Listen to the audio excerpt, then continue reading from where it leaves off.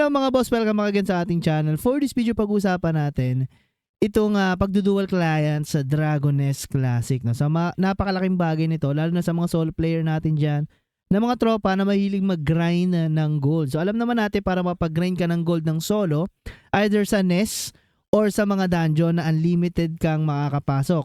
So paano magagawa yon is sa pamamagitan ng FTG guys. No? So kung zero FTG mo, hindi ka na makakapasok sa dungeon unless na meron kang apprentice guys. Okay? So hindi pa tayo makapag-apprentice kasi bago pa lang tong character natin, no? So sabay-bayan nitong channel na to, hindi magkakaroon tayo ng mga tutorials paano mag-farm no ng solo as a free-to-play player, so walang gagastusin guys. Okay? And then syempre, paano tayo makakapag-apprentice? Ayan. So ito, wala pa tayong ginagastos sa account na to.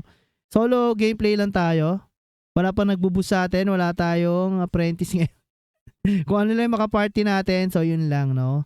So baybayan nyo guys, and then tuturuan ko rin paano gumamit netong pandual natin. So medyo laos na yung sandboxy, no? Kasi medyo may chance kang mabandon mga boss sa sandboxy, at minsan nagpo-force close siya. Unlike dito sa ginagamit nating VMware ngayon mga boss. Sa mga gustong matuto nito, so marami tayong tutorial, and then pwede ko kayong i-guide, no? I-DM nyo lang ako sa aking mga social, lalo na sa Discord channel natin mga boss. Okay? So ayan.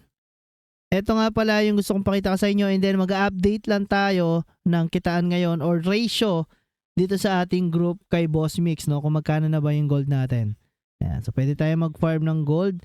Unlimited guys, dahil nga, again, kapag meron kang apprentice na solo. So ginagawa ko na to noon pa mga boss. Ang pipiliin nyo lang dungeon is yung wala masyadong pinapasukan para hindi hassle. So nakasunod lang sa inyo yung inyong apprentice or ipapadeds nyo siya mga boss. Yun yung sunod nating topic kung paano ipasunurin yung apprentice natin sa atin mga boss, nang wala tayong iniisip na tuloy-tuloy lang yung pag-grind natin. Okay, so abangan nyo yung ano natin na yun, topic natin na yun at content mga boss. So dito sa ano natin kay Boss Mix, ayan, pre-register now, Dragon Nest Classic PH Philippines mga boss. Ito yung group ni Boss Mix. Ayan, so merong sell 200 gold geraint server. Same name, GCash legit FB. Ayan. So tingnan nyo naman how much per rate. Marami 11 minutes ago. And then may nag-post dito na 1:3 na talaga yung gold natin dito sa ating Bellscoot and then sa geraint.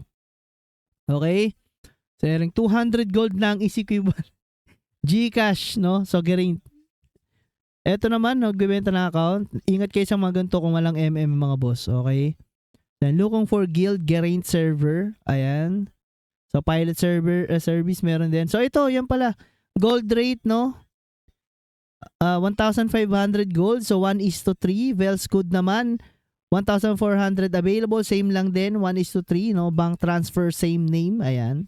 So ingat dyan. Kailangan meron kayong MM. Kung bibili man kayo ng mga ganyan boss, pakamura lang naman. Magpa-middleman kay Boss Mix, no? So want to sell gold.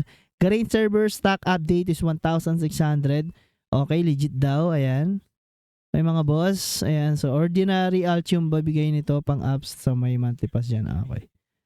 So Acrobat. Ayan.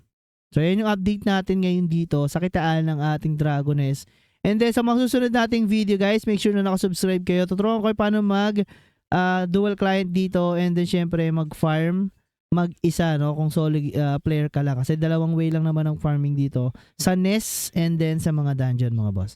Okay, yun lang. Napaka-quick video lang natin. Pinakita ko lang sa inyo yung ating pagdudual mga boss dito sa ating Dragon Nest. So maraming salamat. Bye-bye.